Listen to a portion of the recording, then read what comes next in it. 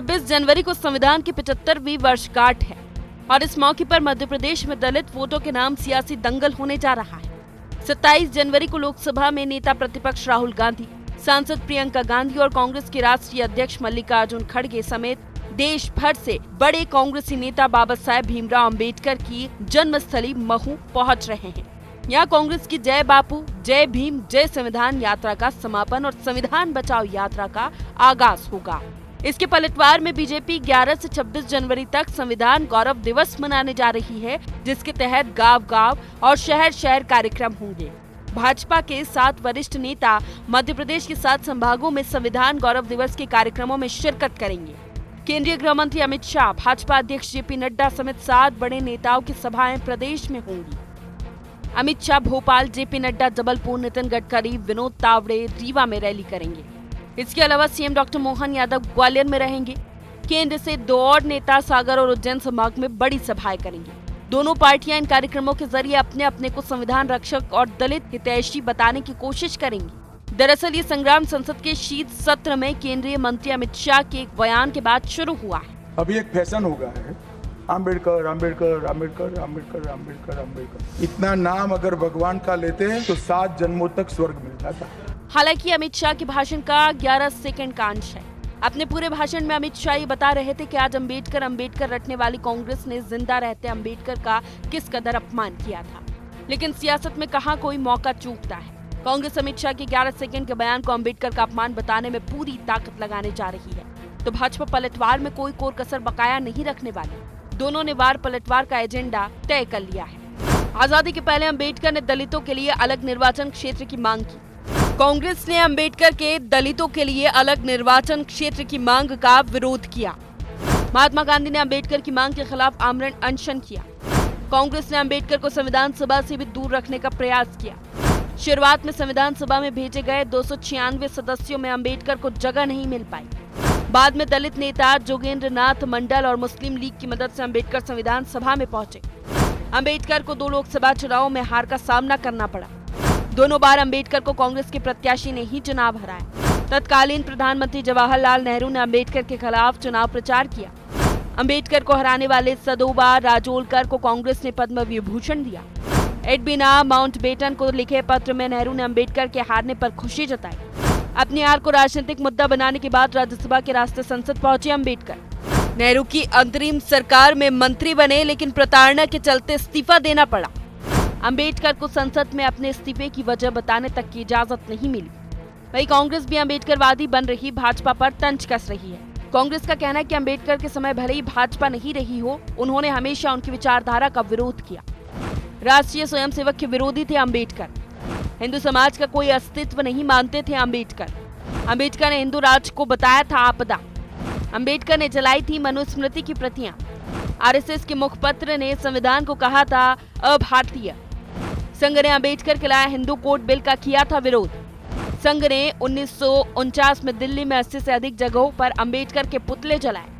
राहुल गांधी जी खाली लाल पुस्तक लेकर ढकोसला करते हैं। बाबा साहब को चुनाव में हराने का काम नेहरू जी ने किया। भारत रत्न खुद तो लेते रहे, पर बाबा साहब को अगर भारत रत्न प्राप्त हुआ तो वो भारतीय जनता पार्टी की संयुक्त सरकार में हुआ। अगर पंचतीर्थ बने तो वो भारतीय जनता पार्टी की सरकार ने मनाए। जिस तरीके से जीतू पटवारी जी ने पांव के नीचे संविधान की प्रति रखने का काम किया है, बाबा साहब की फोटो को रखने का काम किया, ये स्पष्ट दिखाता है कि कांग्रेस पार्टी के मन में बाबा साहब को लेकर कितनी नफरत है। भारतीय जनता पार्टी ने संविधान दिवस लाया, भारतीय जनता पार्टी संविधान यात्रा निकाल रही है। भारतीय जनता पार्टी ने लगातार संविधान को बचाने के लिए, देश को बढ़ाने के लिए कार्य किया है। घबराया अगर कोई है तो वो राहुल गांधी और कांग्रेस पार्टी है। लेकिन निश्चित रूप से भारतीय जनता पार्टी के पेट में दर्द होना शुरू हो गया है कि 7 जगह पर बड़ी बड़ी रैलियां करेंगे ये लोग। नेता आएंगे, अमित शाह जी आएंगे, नड्डा जी आएंगे, मोहन यादव जी जाएंगे। तो अरे भैया ऐसे काम करते ही क्यों? उन्होंने ना बाबा अम्बेडकर का अपमान किया होता, ना इस तरह की यात्रा निकल रही हो। अब आप उसमें लीपापोती करने के लिए जा रहे हो तो आपको पहले जाने के पहले संविधान की रचयिता के बाबा अम्बेडकर साहब के मामले में पहले माफी मांगिए, इसके बाद रैली करिए। आप तो सिर्फ ये लोगों के साथ अन्याय करो, एससी के साथ अन्याय करो, ओबीसी के साथ अन्याय करो, बाद में हीरो बन जाओ। तो ये भारतीय जनता पार्टी के दोहरा चरित्र जो है जनता समझ चुकी है। कुल मिलाकर लड़ाई बाबा साहेब और संविधान की रक्षा के नाम पर 16% से अधिक दलित वोट साधने की है। ये कभी कांग्रेस का परंपरागत वोटर्स रहा, लेकिन बाद में बसपा और फिर हितैषी मूलक योजनाओं के चलते बीजेपी के खेमे में चला गया। अमित शाह के बयान के बहाने कांग्रेस इसे फिर से अपने खेमे में लाने की कोशिश में लगी है, तो भाजपा कांग्रेस को अंबेडकर विरोधी बताकर बचाने की कोशिश में है। देखना ये है कि इस कोशिश में कौन कितना कामयाब होता है। Bureau report, IND 24।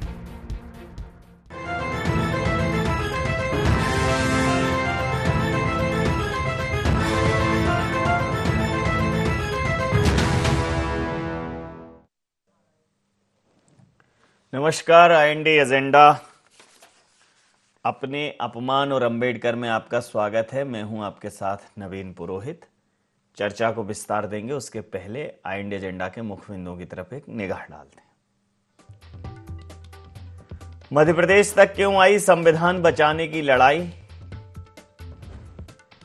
क्या 16% दलित वोटों के लिए अति महत्वपूर्ण हुए अंबेडकर?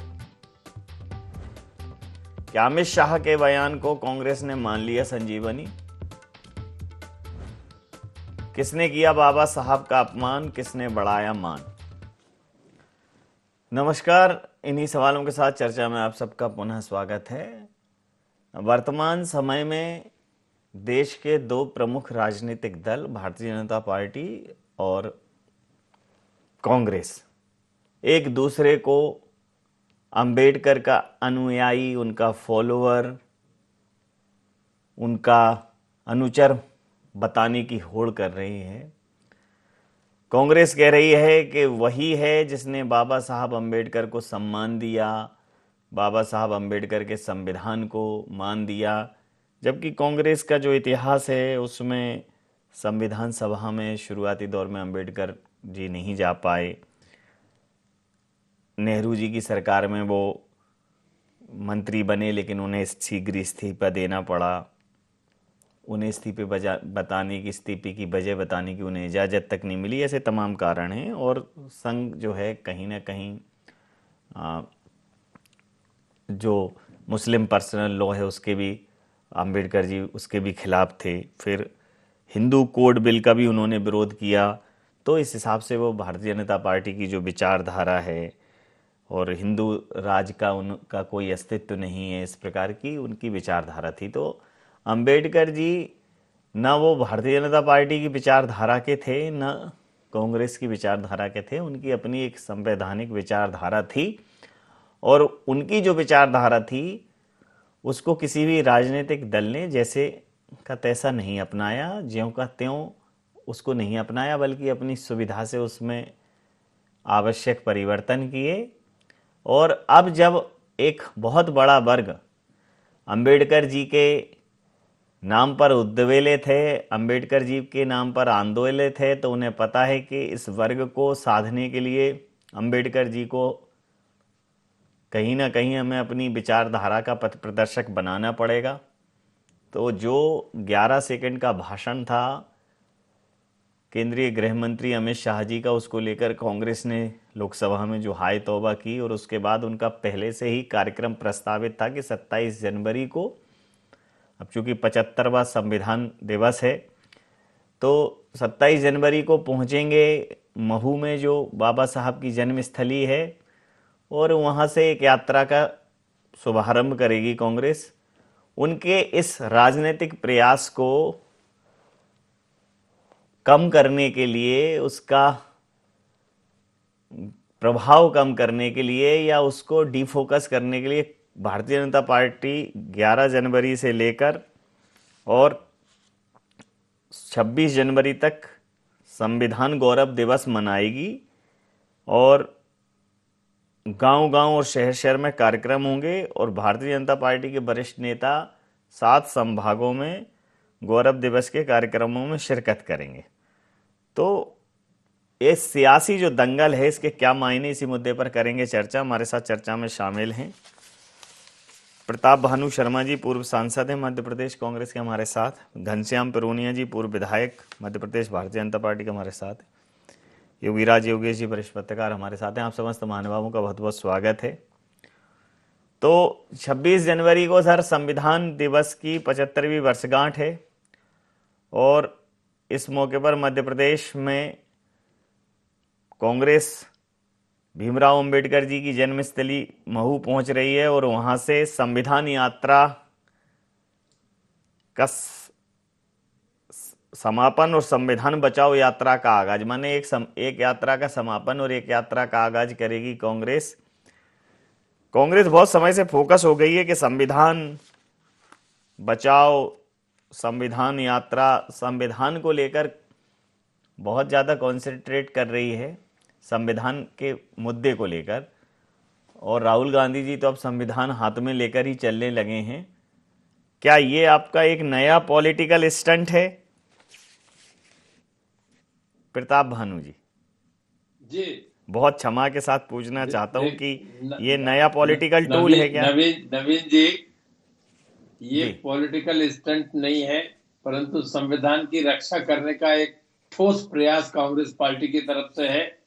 और जब हमने ये देखा कि भाजपा की कथनी और करनी में अंतर है, संविधान की बात करते हैं, अम्बेडकर साहब के नाम की दुहाई देते हैं, पर गृह मंत्री के बयान से उनकी कथनी और करनी का फर्क, और गृह मंत्री का और भाजपा का सोच अंदर का बाहर निकल के आ गया।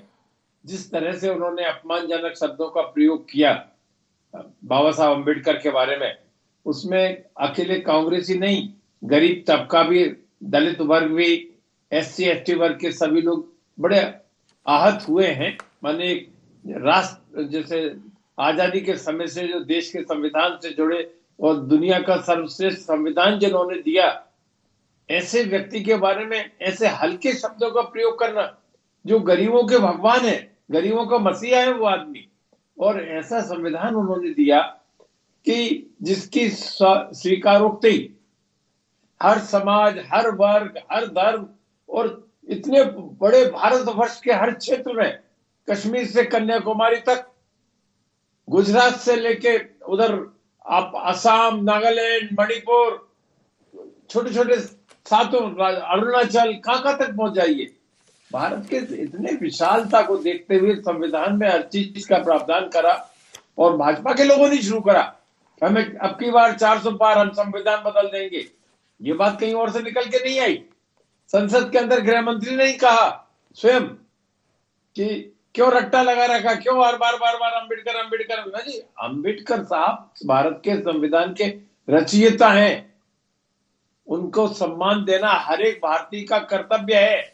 और सत्ता में जो लोग बैठे हुए हैं, उन्हें तो जिम्मेदारी के साथ, आदर के साथ बाबा साहब अम्बेडकर को याद करना चाहिए, उनके रेफरेंस को। हम यदि कहते हैं नवीन जी, तो हम खुद नवीन जी लगाते हैं, नवीन नहीं कहते।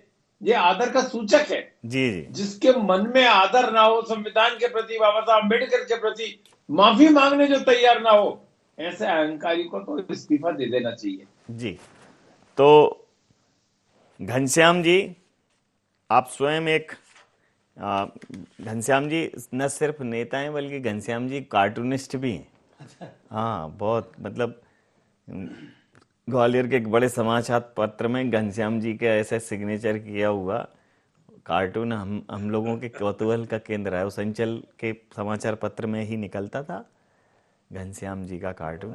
तब घनश्याम कौन ये विलक्षण बुद्धि का व्यक्ति हम लोगों मतलब दिमाग में आता था कौतूहल। तो देखो समय, वो घनश्याम अब सामने बैठे हैं। तो घनश्याम जी, आपके उसी दृष्टिकोण से पूछना चाहता हूँ, ये जो 11 सेकंड का भाषण आगे का कांग्रेस ने पकड़ा और पीछे जो उन्होंने कांग्रेस पर पलटवार किया अम्बेडकर जी की उपेक्षा को लेकर, कि अम्बेडकर जी की बहुत उपेक्षा की कांग्रेस ने, वो कहीं बहुत पीछे छूट गया और कांग्रेस बहुत हमलावर हो गई। और अब महू में संविधान यात्रा और वहीं से संविधान बचाओ यात्रा, तो बहुत समय से एक नैरेटिव सेट करने की कोशिश कर रही है कांग्रेस के भारतीय जनता पार्टी के कारण संविधान और संवैधानिक संस्थाएं खतरे में हैं। क्या कहेंगे? नवीन जी, आपकी महानता है। आपने जो मेरा जो ये कार्टूनिस्ट का जो परिचय है, नहीं, वो सत्यता है सर, में आपने दिलाया, वो सिर्फ सत्यता है। जी सर। तो मैं उसी बात से मैं शुरू करता हूं जी कि मैंने एक कार्टून देखा था जी, और वो सर्वविदित कार्टून है जी कि संविधान की रचना के समय उस जमाने में एक बड़े अखबार में उसको, उस कार्टून को बनाया गया था, किसी बड़े कार्टूनिस्ट ने उसको बनाया था। उसमें ये बताते हैं कि अंबेडकर जी को और उन्होंने किस प्रकार से निरूपित किया है, एक घोंगा जैसा उसको जो अपन कहते हैं ना, और उसको चाबुक मारने का काम वो ऐसा करके वो अपने तात्कालिक प्रधानमंत्री ये कर रहे हैं कि संविधान को बनाने को लेकर के कुछ ऐसा उसका विषय था। ये उस जमाने का कार्टून है जब जो आरोप कांग्रेस भारतीय जनता पार्टी पर लगाने का काम कर रही है, तो व्यंग्यकार की नजर में उस समय अंबेडकर जी के बारे में कांग्रेस का या कांग्रेस की सरकार का क्या सोच था, ये ध्यान में उससे आता है। और वो कार्टून बड़ा प्रसिद्ध था, तो अंतर्राष्ट्रीय स्तर पर भी चर्चित था, तो इससे ध्यान में आता है। लेकिन कुल मिलाकर के भारतीय जनता पार्टी बाबा साहब अंबेडकर जी का जो सपना है, समाज के अंतिम छोर के व्यक्ति का कल्याण, और वो भी सपना पंडित दीनदयाल उपाध्याय जी की एकात्म मानववाद के आधार पर जो हम सब संकलित करते हैं, इन दोनों महापुरुषों ने यही तय कर रखा था कि ऐसे शोषित, पीड़ित, उपेक्षित, वंचित समाज को कहीं ना कहीं हम मुख्य धारा में लाएं, आगे लाएं। मैं समझता हूं भारतीय जनता पार्टी उसको बड़ी शिद्दत के साथ में उसको पूरा कर रही है। अब कांग्रेस को तो क्या है साहब, कुछ ना कुछ बोलना है, कहना है, और उनको अपनी पार्टी भी चलाना है, और सिर्फ पार्टी चलाना है तो भ्रम भी फैलाना है, और भ्रम फैलाना है तो संविधान खतरे में है, और संविधान खतरे में है, और अगर मोदी जी दोबारा से प्रधानमंत्री बन जाएंगे, संविधान बदलने की बात भाजपा ने कही, कांग्रेस ने नहीं कही। मैं वही निवेदन कर रहा हूँ, वही मैं कह रहा हूँ कि मोदी जी अगर आ गए, तीसरी बार सरकार में आ गए, तो वो संविधान बदल जाएगा, आरक्षण खत्म हो जाएगा। और नवीन जी, आपने भी देखा कि ग्वालियर चंबल संभाग में यही सारे भ्रम फैलाने के कारण एक ऐसा अवसर भी आया था कि ग्वालियर में किस प्रकार से और वैमनस्यता की स्थिति बनी थी, कैसे आगजनी वहां हुई थी, अराजकता हो गई। तो ऐसा माहौल जो भ्रम फैलाने का रहता है, तो कहीं ना कहीं ये कौन लोग रहते हैं, क्यों? क्या अरे भाई, हमारी सरकार तो पहले भी रही, अटल बिहारी वाजपेयी भी देश में प्रधानमंत्री रहे, तब भी संविधान को खतरा नहीं हुआ, तब भी संविधान खत्म नहीं हुआ, तब भी आरक्षण खत्म नहीं हुआ। आज नरेंद्र मोदी जी भी प्रधानमंत्री हैं, ना आज संविधान खत्म हुआ है, और 2 बार प्रधानमंत्री रहे, तब भी संविधान समाप्त नहीं हुआ है। तो केवल भ्रम पैदा करके 99 सीट जीतना ये कांग्रेस का लक्ष्य रहा था, उसमें कहीं ना कहीं वो सफल हुए हैं। और हम सबको पता है कि बाबा साहब के बारे में कांग्रेस का या क्या सोच रहा है, कितना सम्मान कांग्रेस उनको देती आई है। लेकिन मुझे हर्ष है, मुझे ये बड़ा प्रसन्नता है कि जिस भारतीय जनता पार्टी का मैं कार्यकर्ता हूं, वो भारतीय जनता पार्टी ने बाबा साहब के सपने को साकार भी किया है, और बाबा साहब के जितने भी प्रतिक्रिया लेता हूं उनको कहीं ना कहीं उनको और स्थापित करने का रहा है। मैं बस छोटा सा और बोलूंगा मैं कि जिस महू से आप कांग्रेस वो जो रैली करने वाले हैं, मैं निवेदन करता हूं, बरसों इनकी सरकार रही आजाद भारत के बाद में, तो इनको चाहिए था कि वहां भव्य स्मारक जन्म स्थान पर बनाना चाहिए था। आज कांग्रेस ने वो जन्म स्थान नहीं बनाया। जब सुंदरलाल पटवा मुख्यमंत्री थे, तब वहां जो आज स्वरूप दिखता है वो भारतीय जनता पार्टी की सरकार के माध्यम से होता है। अब कांग्रेस कहेगी साहब कि हमारा प्रारूप था, हमने उसका संयोजन किया था, लेकिन कुल मिलाकर के भव्य स्मारक बनाने का काम, नवीन जी एक और मैं आता हूं ना दूसरे राउंड में आ रहा हूं। दूसरे राउंड सारे लोग आते थे अम्बेडकरवादी, उनको रहने की, ठहरने की, भोजन की समुचित व्यवस्था करने का काम शिवराज जी की सरकार में हुआ था। और इससे सिद्ध होता है कि भारतीय जनता पार्टी बाबा साहब का कितना सम्मान करती है। जी योगी राज जी, दोनों दल जो है अंबेडकर जी के अनुयायी और अनुचर होने का दावा कर रहे हैं, लेकिन जैसे ही पास्ट में जाते हैं तो कांग्रेस ने भी उनके साथ न्याय नहीं किया। भारतीय जनता पार्टी की कुछ विचारधाराओं के वो विरोधी थे। अंबेडकर जी की जो संवैधानिक सोच है उसके साथ कोई नहीं चला। उन्होंने हर चीज को बहुत स्पष्ट लिखा था, कहा था, सबने अपने अपनी सुविधा से परिभाषित किया, और अब हर दल अंबेडकर जी को अपना महापुरुष और अपना पथ प्रदर्शक, अपना मार्गदर्शक बताने की होड़ में जुटा है। देखिए, देश में जितने भी दर्शन शास्त्री हुए या जो बड़े विद्वान लोग हुए, उन्होंने अपनी बात या अपने विचार इसलिए रखे कि लोग उसको अपनाएं। अब यहाँ अपनाने के अपने अपने के तरीके कांग्रेस और भाजपा ने अपना लिए। कोई अम्बेडकर जी को अपने तरीके से अपना रहा है और कोई अपने तरीके से अपना रहा है। बात यहीं तक सीमित नहीं थी। आप अच्छे विचार अपनाएं, कोई बात नहीं, लेकिन उनके विचारों को आप अपना के डिस्ट्रक्ट कर रहे हो, ये एक गलत बात है। आप अपने को अपनाने के बजाय दूसरे को छोटा करने की बताने की कोशिश हो रही है। हम अम्बेडकर के ज़्यादा भक्त हैं, आप अम्बेडकर के भक्त कम हैं। तो ये ज़्यादा और कम की लड़ाई जो है, जब एक अच्छा विचार है तो उसका स्वागत सब करें ना आप, उसमें लड़ाई की कोई गुंजाइश ही नहीं। देखा जाए अम्बेडकर के विचार को अपनाने में किस बात की झगड़े होने चाहिए, लेकिन झगड़ा इसी बात का है। उन्होंने आरक्षण की बात की, आरक्षण की समीक्षा की भी बात की। उन्होंने कहा आरक्षण एक समय अवधि के लिए था और समय अवधि में समीक्षा हो, लेकिन अगर बात की तो सब लोगों को, मतलब यहाँ पूर्व मुख्यमंत्री को तो ये चिल्लाना पड़ा सभा में कि किसी माई के लाल में आरक्षण हटाने की क्षमता नहीं है। दूसरे लोग चिल्लाने लगे आरक्षण हट रहा है, हट रहा है। अरे भाई समीक्षा तो करिए कि कितनों को लाभ मिला, कितने लोग उससे बाहर आए, जिनको लाभ मिला और जो क्रीमी लेयर में शामिल हो गए तो वो आरक्षण तो सीमित है ना, तो जो और पात्र लोग हैं उन तक जाना चाहिए। तो कोई अब सही बात कर नहीं पाता। हाँ, बात यही होना चाहिए, कायदे से तो यही होना चाहिए। उन्होंने खुद ने कहा था कि आरक्षण 10 साल तक होना चाहिए। नहीं 10 नहीं, मैं तो कह रहा हूँ 50 तक चले, 100 तक चले, लेकिन अगर लोग आज भी वंचित है तो इसका मतलब है कि उसके समुचित जो आरक्षण के जो पात्र हैं, समुचित पात्र लोग हैं, उन तक नहीं पहुंच पा रहा। आरक्षण कोई जाति, ठीक है, उस जाति व्यवस्था में बहुत जो शोषित दलित है, लेकिन अब अगर कोई व्यक्ति कलेक्टर होकर भी शोषित है, कोई व्यक्ति बड़े पद पर पहुंचकर भी पीड़ित है, तो फिर तो बहुत मुश्किल है। नहीं, यहाँ तो हमने ऐसे प्रशासकीय अधिकारी, ऐसे कलेक्टर देखे, उनकी 3 पीढ़ी कलेक्टर हो गई। तो इसका मतलब क्या कि एक पीढ़ी को यदि आप लाभ दे रहे हो तो उसको जन्म जन्मांतर का लाभ उसको मिलना चाहिए। क्या ये आप नहीं मानते कि कलेक्टर बनने के बाद एक क्रीमी लेयर में आ गया है वो, आप बाकी वही सुविधा आप उसी वर्ग के किसी दूसरे को दे दो? बिल्कुल ठीक बात। तो इस बात की समीक्षा क्यों नहीं होना चाहिए?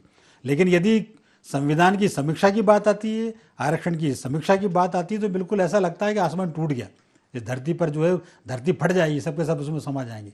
तो ऐसी जो विचारधारा आजकल चल रही है, ये देश के लिए घातक है। ये अम्बेडकर जी, ये संविधान, ये तभी रहेंगे जब ये देश बचेगा। और इस तरीके की बातें करके, और अब तो मुझे एक चीज़ समझ में आती है कि ये लड़ाई अब केवल भाजपा और कांग्रेस की नहीं रही, ये लड़ाई हिंदू वर्सेस अदर हो गई है।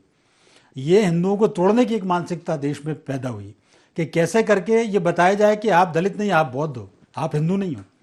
तो ये जो दूसरे दिशा में जो जा रही है, जिसको कि कहा यह भी जा रहा है कि ये अंतर्राष्ट्रीय षड्यंत्र का भी हिस्सा है, तो कम से कम ये इस देश में नहीं होनी चाहिए।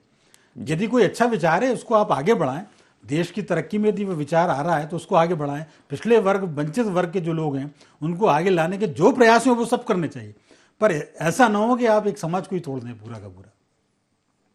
जी, तो प्रताप भानु जी, ये पॉलिटिकल माइलेज लेने की कवायद दिख रही है। बहुत समय था, अंबेडकर जी की जो विजन थी, अंबेडकर जी की जो सोच थी, उसको स्थापित करने का पर्याप्त समय था। कांग्रेस ने वो स्वर्णिम अवसर खोया है कहीं ना कहीं, क्या कहें? देखिए नवीन जी, महू में जो अंबेडकर जी की स्मृति में जो प्रतिष्ठान बना है, उसकी भूमि पूजन और उसका भूमि का आवंटन अर्जुन सिंह जी के टाइम पे हुआ था, ये मुझे अच्छी तरह से याद है। जी जी। मैं उस समय सांसद था और मुझे भी वहां जाने का सौभाग्य प्राप्त हुआ था। भले ही सुंदरलाल पटवा जी के टाइम पे बनकर तैयार हुआ हो, परंतु वो बुनियाद तो अर्जुन सिंह जी कांग्रेस के मुख्यमंत्री के रूप में रख गए थे। ये इस तरह से श्रेय लेना कि मैं हमने बनवा दिया तो वो हो गया, अरे बुनियाद किसने रखी? कानून किसने बनाया? संविधान किसने बनाया? देश किस आधार पर चल रहा है? संविधान, देश की नींव में संविधान क्या कहता है? योगी राज जी ने बहुत अच्छी बात करी, आपने बहुत अच्छी बात कही कि संविधान का उद्देश्य क्या है। बाबा साहब अम्बेडकर साहब के विचारों के उद्देश्य, उनका लक्ष्य क्या है? हम सबको मिलकर उस पर अमल करना चाहिए, बनस्पत एक दूसरे को नीचे दिखाने का, या एक दूसरे को, यदि कांग्रेस संविधान की जय कर रही है, जय बापू, जय संविधान, जय अम्बेडकर कर रही है, तो उसमें भाजपा को सहयोग करना चाहिए विरोध की बजाय। अब उसके विरोध में वो अपने दुष्प्रचार कर रहे हैं, कांग्रेस दिखावा कर रही है। अरे 1 लाख लोग मऊ में इकट्ठे होंगे 27 जनवरी को, और संविधान की एक एक संरचना को दलितों के, गरीबों के, और जो अकेले दलित भी, गरीब वर्ग के लोगों के लिए भी, दलित और आदिवासियों को तो आरक्षण संविधान में दिया ही है, कांग्रेस ने दिया है, बाबा साहब अम्बेडकर ने दिया है। भाजपा ने पुतले जलाए हैं, 80 पुतले जलाए हैं बाबा साहब अम्बेडकर के। हिंदू कोड बिल का विरोध किया है भाजपा ने। तो वो छोड़िए अब इन बातों को, पुरानी बातें हो गई, ठीक है। पर जो हमारे योगी राज जी ने कहा, नवीन जी ने कहा, प्रताप भानु जी की बात सुनिए, कैसे हम प्रताप भानु जी की बात सुनिए, कर रहे घनश्याम हैं, जी उसकी समीक्षा होना चाहिए। बदलाव की बात मत करिए, समीक्षा करिए। प्रताप भानु जी की बात तभी ये होती है, जब कंसेंसस बनता है, प्रताप जी की तब मिलके एक राय होते पूछ हैं, लेता तब पूछ उसकी लेता समीक्षा सही घनश्याम होती है। जी, एक तरफा नहीं होती, वन वे ट्रैफिक नहीं होता। घनश्याम जी, प्रताप भानु जी का कहना है कि संवैधानिक तौर पर जो प्रक्रियाएं करिए। अब आप कितने आपने जो बिल हैं वो कैसे लागू कराए हैं, तो बगैर बहस के पास कर दिए 3 कानून किसानों के मैं खिलाफ। वही कह रहा हूं, तमाम ये ऐसी तो चीजें हैं ये जिस संविधान पर की दुहाई देंगे। जिससे आपके ऊपर देखो तो आप क्या हो रहा है। पूछ रहा हूं घनश्याम जी, आपके ऊपर असंवैधानिक होने का, तानाशाह होने का आरोप ही इसीलिए लगा है कि बहुमत बनाने का या सर्वसम्मति बनाने का प्रयास कांग्रेस की अपेक्षा, कांग्रेस की बनिस्बत भारतीय जनता पार्टी ने बहुत कम किया है। क्या कहेंगे, ये आरोप से कितना सहमत है? अब देखिए, आदरणीय सांसद जी बहुत वरिष्ठ हैं, उन्होंने ये तो स्वीकार किया कि सुंदरलाल पटवा जी के कार्यकाल में महू में स्मारक बना। हम उनको ये आपने अर्जुन सिंह का स्वीकार नहीं किया।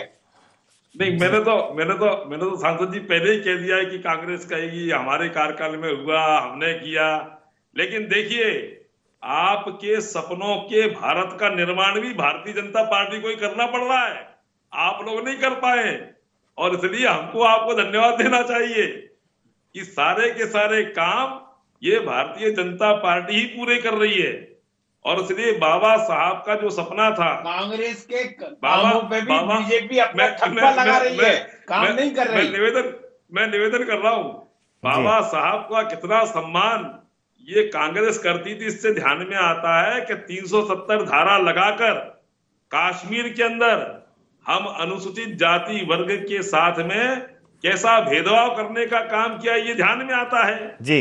और इसलिए आप निश्चिंत रहें, बाबा साहब के सपनों को साकार ये भारतीय जनता पार्टी की सरकारें ही करेंगी।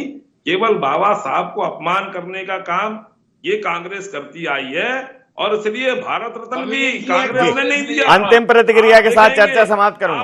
अंतिम प्रतिक्रिया के साथ चर्चा, जिन्होंने बाबा साहब को हराया था, अम्बेडकर, अंतिम प्रतिक्रिया के साथ चर्चा समाप्त देने का काम कांग्रेस ने किया। लेकिन अंतिम प्रतिक्रिया के साथ चर्चा समाप्त करेंगे। वीपी सिंह की अंतिम प्रतिक्रिया के साथ चर्चा समाप्त, अंतिम प्रतिक्रिया के साथ, अंतिम प्रतिक्रिया के साथ चर्चा, अंतिम प्रतिक्रिया के साथ चर्चा समाप्त करूंगा। पार्टी हमेशा जी, भारतीय जनता पार्टी। घनश्याम जी, अंतिम प्रतिक्रिया के साथ चर्चा समाप्त करूंगा। एक सर, एक संक्षिप्त प्रतिक्रिया। मेरा तो ये कहना है कि भारतीय जनता पार्टी को कांग्रेस के किए के संकल्पों को तो पूरा करना ही चाहिए। अब जनता के संकल्पों को पूरा भी भारतीय जनता पार्टी करे, और ये संविधान आरक्षण खत्म हो। ये अख बोर्ड, बग बोर्ड, तमाम तरह की जो विभेद पैदा कर रहा है संविधान में, सब खत्म, सब नागरिक समान, कॉमन सिविल कोड तुरंत लागू, देश के वो जो देश की जनता का भाव उसको आप पूरा करें, मानने को तैयार नहीं है। जी जी जी। ये संविधान और आरक्षण, ये सब देश को तोड़ने वाली बातें हैं। देश ने बहुत सहन कर लिया, 70 साल से यही देख रहा है, पूरी की पूरी पीढ़ियां बर्बाद हो गई। आप 16% की बात करते हैं दलितों की, कोई 32% ट्राइबल की बात करता है। अरे कभी ब्राह्मण, कायस्थ और इन अल्पसंख्यकों की भी बात कर लो अब आप, क्योंकि बहुत समय हो गया इनको ऊपर करते करते, 3 पीढ़ियां IAS बन गई। लेकिन उन लोगों की सोचो जो जनरल कास्ट में और बेचारे आज वो बड़ी बदतर स्थिति में जी रहे हैं। संविधान सबके लिए एक होना चाहिए। ये वर्ग विशेष को सम्मान देना, ये स्पेशल कैटेगरी बनाना, ये सब अब खत्म होना चाहिए। ये जनता का सपना है, इसको जो पार्टी पूरा करे, कांग्रेस चाहे कांग्रेस कर दे, बीजेपी चाहे बीजेपी पूरा कर दे। समय सीमा के चलते मैं चर्चा समाप्त करूंगा। आप समस्त महानुभावों का बहुत बहुत धन्यवाद, बहुत बहुत आभार। तो कानून की दृष्टि में सभी नागरिक समान हो, सभी नागरिकों के अधिकार और कर्तव्य समान हो, समानता का अधिकार, सम्मान का अधिकार, स्वेच्छा का अधिकार, ये जो मूल नागरिक अधिकार हैं, अभिव्यक्ति का अधिकार, वो सबको समान रूप से मिले, समान अवसर हों।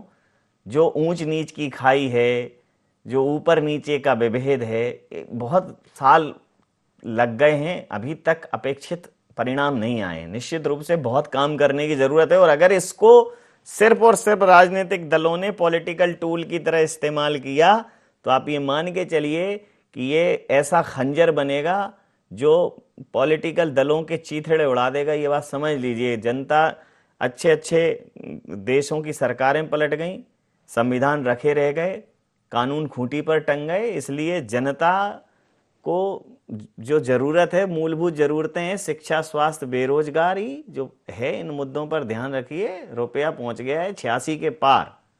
इंडिया एजेंडा में इतना ही। आप बन रहे हैं IND24 के साथ, तो देखते रहिए IND24। नमस्कार।